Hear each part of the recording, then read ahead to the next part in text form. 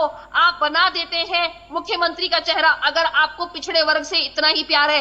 हकीकत ये है हुड्डा साहब से चुनौती है क्या प्रियदर्शनी जी? हुड्डा साहब से चुनौती लग रही क्या बीजेपी को? नहीं नहीं, चुनौती नहीं, मैं तो बोल रही हूँ यहाँ पे सुरेश जी सीनियर प्रवक्ता है, बहुत सीनियर प्रवक्ता है, ठीक है, लेकिन मैं इनको चुनौती दे रही हूँ। आप जाइए अपने हाई कमान को बोलिए कि अगर इतना ही पिछड़े वर्गों से आपको प्यार है चले तो बना दे हमारी शैलजा को। अब तो चर्चा के समापन का वक्त भी हो रहा है। सुरेंद्र भाटिया जी, मैं आपसे जानना चाह रहा हूं कि हाल में कुछ राज्यों में विधानसभा के उपचुनाव भी होने, खासतौर पर उत्तर प्रदेश में 10 सीटों पर उपचुनाव होने, क्या इन उपचुनावों के पहले जाति जनगणना के जरिए अपनी बिसात बिछाने की कोशिश की जा रही है, यहीं तक सीमित है, या वाकई में आपको नियत साफ दिखाई देती है? देखिए, अगर बिसाती बिछानी होती, प्रियदर्शनी जी, ये मेरा सवाल सुरेंद्र भाटिया जी से। अच्छा, सॉरी।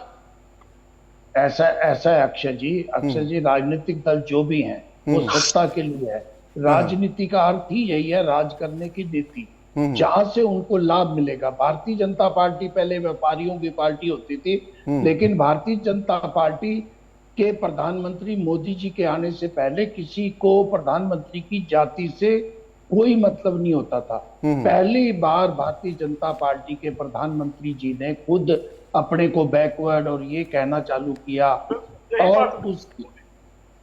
और उसके बाद कांग्रेस के पास भी ये मजबूरी है। कांग्रेस पार्टी जो भी एक्शन का रिएक्शन कर रही है, कांग्रेस पार्टी को ये लगता है कि उसका एसटी वोट, उसका बैकवर्ड वोट, उसका गरीब वोट छिटक गया था, वो जाति गणना जनगणना के नाम पे उसके साथ जुड़ सकता है।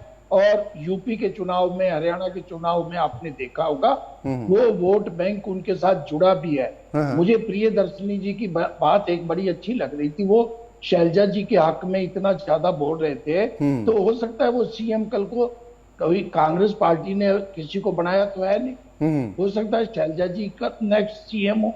कुछ जानकारी भी इस तरह की आ रही है कि शायद मंथन इस बात को लेकर चल रहा है कि दलित चेहरा उतार दिया जाए। मतलब ये तो ऐसे बोल रहे थे प्रियदर्शनी जी जैसे भारतीय जनता पार्टी हो रही है।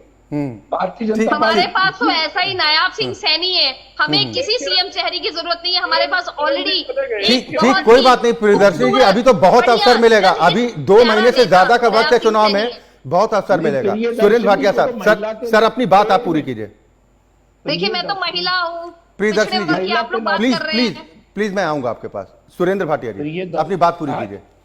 नहीं, मैं वैसे जो प्रियदर्शन जी कह रहे थे वो मैं मजाक में कह रहा हूँ। उनको महिला के नाते हो सकता है शैलजा जी ज्यादा अच्छा हुड्डा से लगते हो ये, लेकिन कांग्रेस पार्टी का ये इंटरनल मामला है, वो क्या करेंगे उन्होंने मुख्यमंत्री घोषित नहीं किया है।